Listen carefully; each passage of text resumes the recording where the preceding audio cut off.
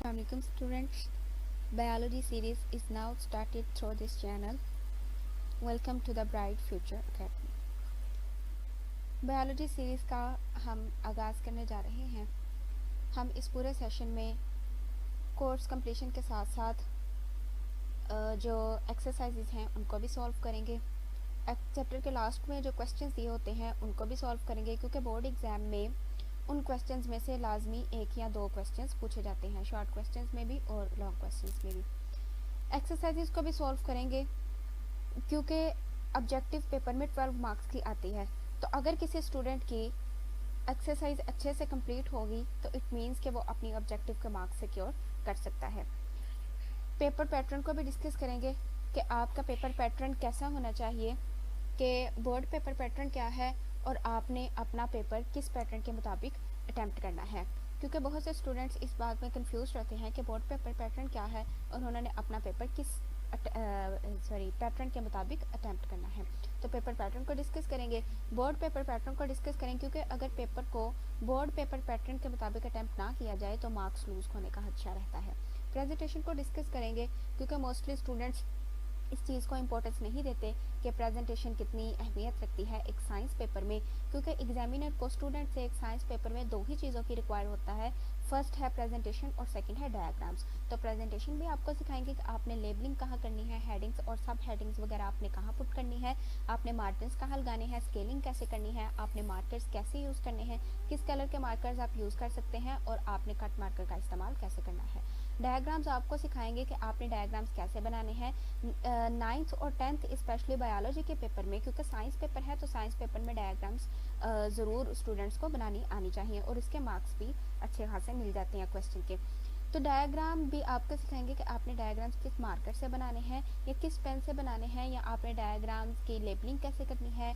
और up to date और model papers को भी देखेंगे, वो स्टूडेंट्स जो अपना 100% नहीं दे सकते या जिनके जो एवरेज स्टूडेंट्स हैं जो फुल बुक तैयार नहीं कर सकते, तो उनके लिए अप टू डेट और मॉडल पेपर से भी हम गाइडेंस प्रोवाइड करेंगे। लेकिन अप टू डेट और मॉडल पेपर का हरगिज़ मतलब ये नहीं है कि जो स्टूडेंट बुक तैयार नहीं कर सकते तो वो अप टू डेट या मॉडल पेपर पूरे का पूरा याद करने बैठ जाएं। पूरे का पूरा अप टू डेट और मॉडल पेपर नहीं याद करना, सिलेक्टिव स्टडी और स्मार्ट स्टडी भी सिखाएंगे आपको। और इम्पोर्टेंट क्वेश्चंस जो हैं बोर्ड पेपर के रिगार्डिंग वो भी आपसे डिस्कस किए जाएंगे, क्योंकि हमने बोर्ड पॉइंट ऑफ व्यू को लेकर चलना है। तो हमारी कोशिश है कि हर स्टूडेंट अपने पेपर में अच्छे मार्क्स सिक्योर कर सके। कुछ टिप्स एंड ट्रिक्स आपको बताई जाएंगी कि आपने पेपर को सॉल्व कैसे करना है। तो चलते हैं अपने नेक्स्ट टॉपिक की तरफ। आज का जो हमारा टॉपिक है वो है ब्रांचेस ऑफ बायोलॉजी। आज हम कुछ ब्रांचेस इसकी डिस्कस करेंगे और साथ हम अपना प्रीवियस लेक्चर भी रिकॉल कर लेते हैं कि हमने प्रीवियस लेक्चर में क्या पढ़ा था। हमने प्रीवियस लेक्चर में पढ़ा था बायोलॉजी की डिवीजन्स हमने पढ़ी थी। डिवीजन्स के साथ साथ हमने इसकी ब्रांचेस का सिर्फ इंट्रो पढ़ा था कि बायोलॉजिस्ट ने या साइंटिस्ट ने क्यों साइंस को पहले डिवाइड किया, फिर उन्होंने बायोलॉजी को मज़ीद फर्दर डिवाइड किया, उसकी डिवीजन्स बना दी और उसकी ब्रांचेस बना दी। तो डिवीजन्स में हमने 3 डिवीजन्स पढ़ी थी इसकी। वो 3 डिवीजन्स जो थी वो कौन कौन सी थी? फर्स्ट जो डिवीजन थी हमारे पास वो थी ज़ूलॉजी, और सेकंड डिवीजन थी बॉटनी, और थर्ड डिवीजन जो थी वो थी माइक्रोबायोलॉजी। तो इन सब का हमने डिटेल स्टडी कर लिया था। अब हम नेक्स्ट स्टार्ट करने जा रहे हैं ब्रांचेस बायोलॉजी की। तो सबसे पहली ब्रांच है मॉर्फोलॉजी। जैसा कि प्रीवियस लेक्चर में भी मैंने मेंशन किया था कि किसी भी न्यू टर्म या न्यू वर्ड को पढ़ने से पहले, उसे याद करने से पहले आपको पता होना चाहिए कि उस लफ्ज़ का एक्चुअल मतलब क्या है।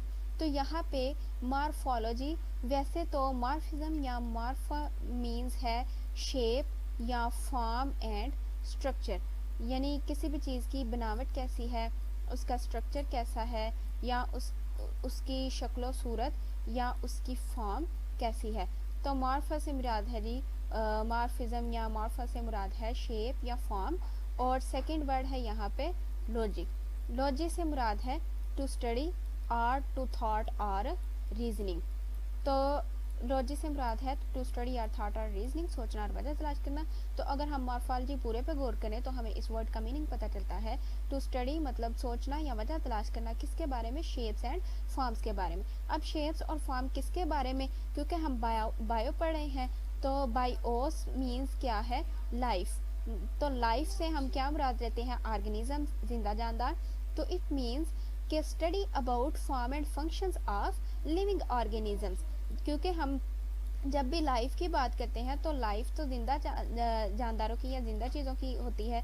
तो जितनी भी जिंदा चीज़ें या लिविंग थिंग्स एग्जिस्ट करती हैं उन्हें हम ऑर्गेनिजम्स भी कह सकते हैं। तो it means morphology means to study about shape and form of organisms. Organisms की, जानदारों की बॉडी की शेप, उनकी बनावट और फॉर्म को स्टडी करना क्या कहलाता है, morphology. For example this branch deals with the study of form and structures of living organism, कि जितने भी लिविंग ऑर्गेनिजम्स हैं उनकी बॉडी की शेप क्या है, बनावट क्या है, फॉर्म क्या है, स्ट्रक्चर क्या है। और फॉर एग्जांपल के जैसे हम ह्यूमंस हैं तो हमारी बॉडी की जो फॉर्म और स्ट्रक्चर है वो दूसरे एनिमल से डिफरेंट है। इसी तरीके से अगर कोई बर्ड है तो उसकी जो फॉर्म्स हैं वो और स्ट्रक्चर वो डिफरेंट है। और अगर कोई स्मॉल टाइनी ऑर्गेनिजम्स है जैसे कि माइक्रो ऑर्गेनिजम्स हैं तो उनकी फॉर्म एंड स्ट्रक्चर्स डिफरेंट है। तो नेक्स्ट देखते हैं इसकी एग्जांपल्स क्या हैं। Examples included physical form and external structure of organisms. दो तरह के स्ट्रक्चर्स होते हैं जिसे हम टर्म यूज़ करते हैं बायोलॉजी में, एक है इंटरनल स्ट्रक्चर और दूसरा है एक्सटर्नल स्ट्रक्चर। एक्सटर्नल से मुराद है आउटर।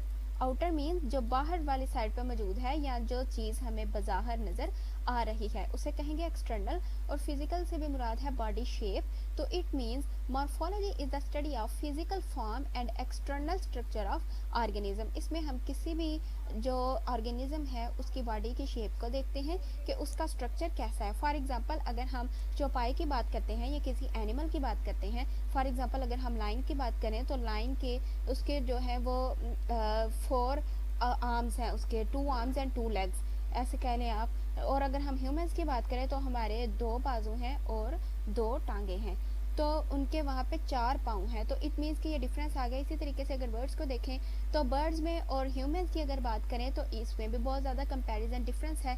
इसमें क्या है कि बर्ड्स के 2 विंग्स हैं और हम ह्यूमंस के 2 हैंड्स और 2 लेग्स होती हैं, 2 आर्म्स एंड 2 लेग्स होती हैं। तो इस मॉर्फोलॉजी में हम लोग क्या स्टडी करते हैं, किसी भी जो फॉर्म एंड स्ट्रक्चर्स को स्टडी करेंगे किसी भी लिविंग ऑर्गेनिजम्स की। मॉर्फोलॉजी की जो एग्जांपल्स हैं जैसे कि इंक्लूडेड, जैसे एक मॉस्किटो है तो इसके भी विंग्स हैं, इसकी लेग्स भी हैं, मतलब इसकी बॉडी की शेप डिफरेंट है। इसी तरीके से अगर बैक्टीरियल मॉर्फोलॉजी देखें तो बैक्टीरियल मॉर्फोलॉजी से क्या मुराद है कि ये मॉर्फोलॉजी किससे रिलेटेड है, बैक्टीरिया से रिलेटेड। तो बैक्टीरिया क्या है, माइक्रो ऑर्गेनिजम्स हैं।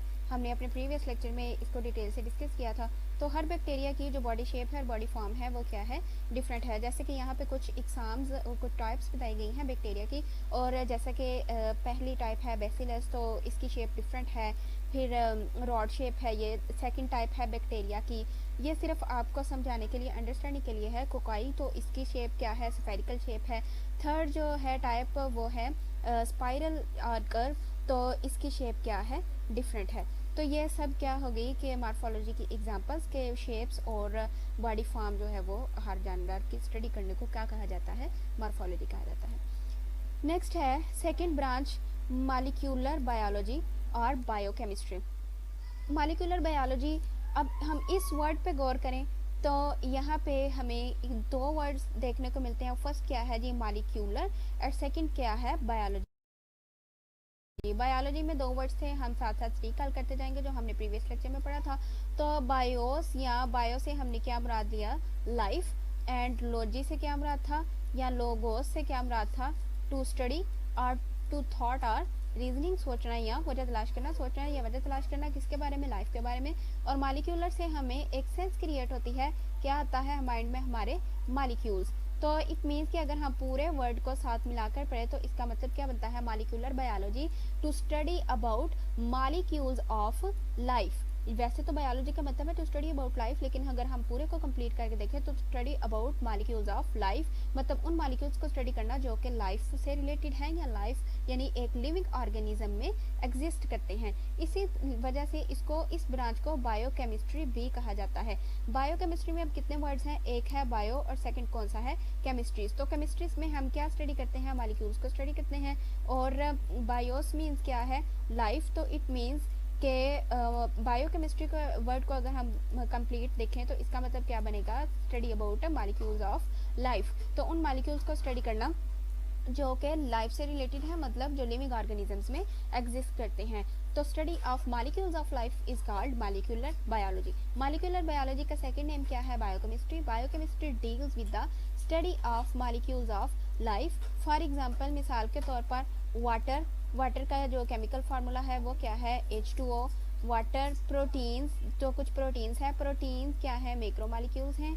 और इन प्रोटीन्स भी बॉडी में पाए जाते हैं, लिविंग ऑर्गेनिजम्स की बॉडी में एग्जिस्ट करते हैं, इस वजह से इसको भी मॉलिक्यूलर बायोलॉजी में स्टडी करेंगे या इसको बायोकेमिस्ट्री कहेंगे। वाटर जो लिविंग ऑर्गेनिजम्स में एग्जिस्ट करता है उसकी स्टडी को भी मॉलिक्यूलर बायोलॉजी कहेंगे। कार्बोहाइड्रेट्स हमारी बॉडी में पाए जाते हैं, लिपिड्स पाए जाते हैं और न्यूक्लिक एसिड्स वगैरह पाए जाते हैं। तो ये सब होगी एग्जाम्पल्स इसकी कि मॉलिक्यूलर बायोलॉजी किसको कहते हैं। अब नेक्स्ट है जी, इसकी कुछ एग्जांपल्स यहाँ पे मैंने मेंशन की हैं। एग्जांपल्स जैसे कि ये क्या है, वाटर, H2O इसका केमिकल फार्मूला। तो वाटर की स्टडी करना, water is also present in the bodies of living organisms. So water की स्टडी को भी क्या कहेंगे, मॉलिक्यूलर बायोलॉजी। या यहाँ पे जो न्यूक्लिक एसिड है, न्यूक्लिक एसिड से मुराद क्या है, DNA, राइबोसोम्स वगैरह। तो DNA या राइबोसोम्स, RNA, इन सब की स्टडीज़ को क्या कहेंगे, मॉलिक्यूलर बायोलॉजी, क्योंकि ये मॉलिक्यूलर बायोलॉजी के अंडर ही आते हैं। तो ये सारी होगी एग्जांपल्स इसकी कि मॉलिक्यूलर बायोलॉजी क्या है। मॉलिक्यूलर, ये भी यहाँ पे DNA है, मॉलिक्यूलर बायोलॉजी कहते हैं स्टडी करने को मॉलिक्यूल्स ऑफ लाइफ। वो मॉलिक्यूल्स जो हमारी एक लिविंग ऑर्गेनिज्म की बॉडी में एग्जिस्ट करते हैं, उन सब की स्टडी करने को क्या कहा जाता है, मॉलिक्यूलर बायोलॉजी। और इसका सेकंड नेम क्या है, बायोकेमिस्ट्री। अब नेक्स्ट ब्रांच है हमारे पास एनाटॉमी। एनाटॉमी किसको बोलते हैं, स्टडी ऑफ इंटरनल स्ट्रक्चर्स। मैंने प्रीवियस स्लाइड में भी इस बात को मेंशन किया है कि दो टर्म्स हम बायोलॉजी में यूज़ करते हैं, एक होती है एक्सटर्नल स्ट्रक्चर्स और एक होती है इंटरनल स्ट्रक्चर। तो एक्सटर्नल मैंने आपको बताया था कि आउटर स्ट्रक्चर को कहते हैं एक्सटर्नल, और इंटरनल किसको बोलेंगे, इनर स्ट्रक्चर्स को। तो इनर स्ट्रक्चर से क्या मुराद है, मतलब किसी भी लिविंग ऑर्गेनिज्म की बॉडी के इनसाइड कौन से स्ट्रक्चर्स या कौन सी चीज़ें मौजूद हैं, कौन सी ऑर्गन्स मौजूद हैं, कौन सी ऑर्गेनेलिज मौजूद हैं, कैसा स्ट्रक्चर है, उसका फॉर्म एंड फंक्शन क्या है, इस सब की स्टडी को क्या कहते हैं, एनाटॉमी कहते हैं। फॉर एग्जाम्पल, अगर ह्यूमन की बात की जाए तो ह्यूमन बॉडी के अंदर जैसे कि heart, liver, kidney etcetera, brain, तो ये सब किस में आएंगे, एनाटॉमी में। एग्जांपल्स देखते हैं एनाटॉमी की। एग्जांपल्स हैं एनाटॉमी की, इंक्लूडेड बॉडी पार्ट्स। इसमें जिस्म के मुख्तलिफ हिस्सों को स्टडी किया जाता है, जैसे कि मसल्स हैं, हमारी बॉडी के मसल्स हैं, हार्ट है, हार्ट किसको बोलते हैं, दिल को। अच्छा, कुछ स्टूडेंट्स इस वर्ड को गलत प्रोनाउंसिएट करते हैं, वो हार्ट को हर्ट पढ़ रहे होते हैं, हालांकि जो हर्ट है उसका मतलब होता है किसी को हर्ट करना, दुख पहुंचाना, वो HURT है, और ये हार्ट है, इसको हम प्रोनाउंसिएट करेंगे हार्ट।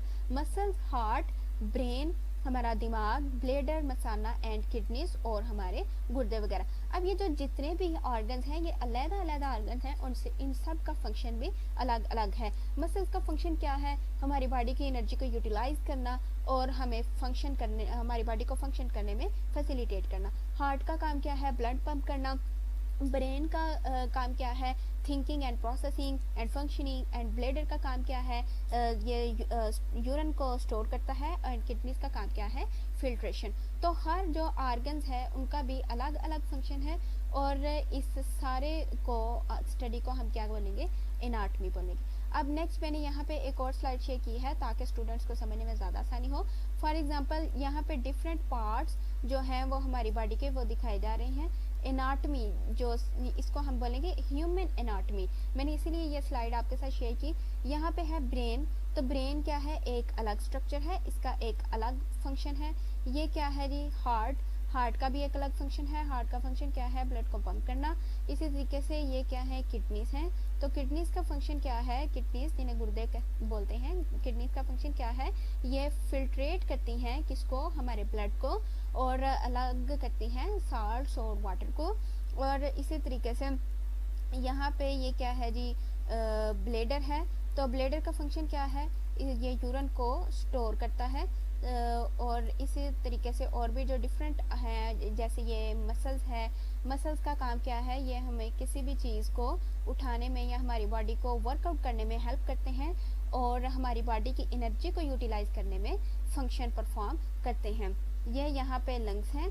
तो हर जितने भी ऑर्गन्स हैं हमारी बॉडी में मौजूद, जितने भी स्ट्रक्चर्स हैं, उन सब की फॉर्म भी अलग है, उन सब का स्ट्रक्चर अलग है, और उन सब का फंक्शन भी अलग अलग है। तो इस पूरे की स्टडी को, एक एक स्ट्रक्चर की स्टडी करने को क्या कहा जाता है? एनाटॉमी कहा जाता है।